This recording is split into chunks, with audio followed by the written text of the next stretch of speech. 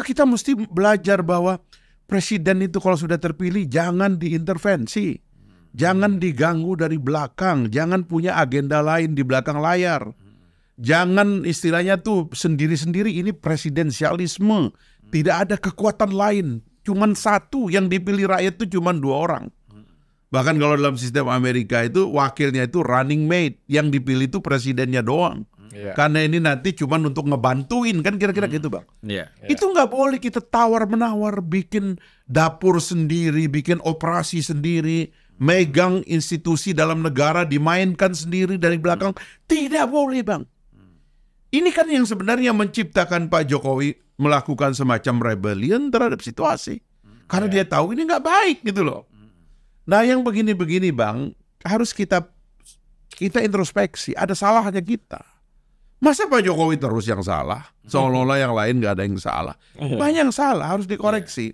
Memang kita, kalau kita melihat ya, mungkin karena komplikasinya begitu ya, akhirnya Pak Jokowi tidak kuasa untuk melihat merajalelanya ya pemain-pemain di sekitar dia. Yang itu menurut saya sebagai orang yang ngerti presidensialisme ini, kita tahu, kita juga menciptakan sistem, sadar betul betapa presiden itu terganggu Bang kalau diintervensi Bang. Bayangkan misalnya presiden mau bikin acara besar di satu provinsi, tiba-tiba ada partai politik memboikot acara itu. Loh nggak ada Bang, kalau saya presidennya Bang, saya penjara itu gubernur.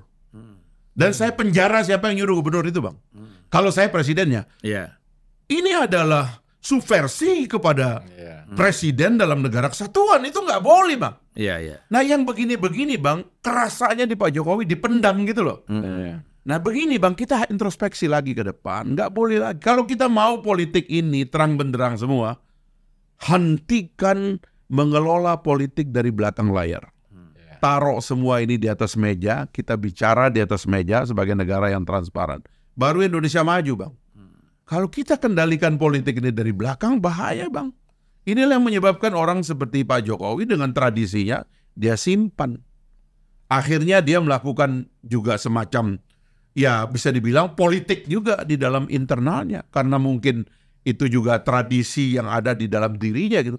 Tapi dia adalah anak dari reformasi, dari kebudayaan politik demokratis yang sebenarnya pengen main di depan layar, tapi karena banyak yang main di belakang layar, akhirnya dia punya mekanisme. Nah, Pak Prabowo kita lihat dengan kulturnya dan Pak Jokowi akhirnya nyambung dengan Pak Prabowo.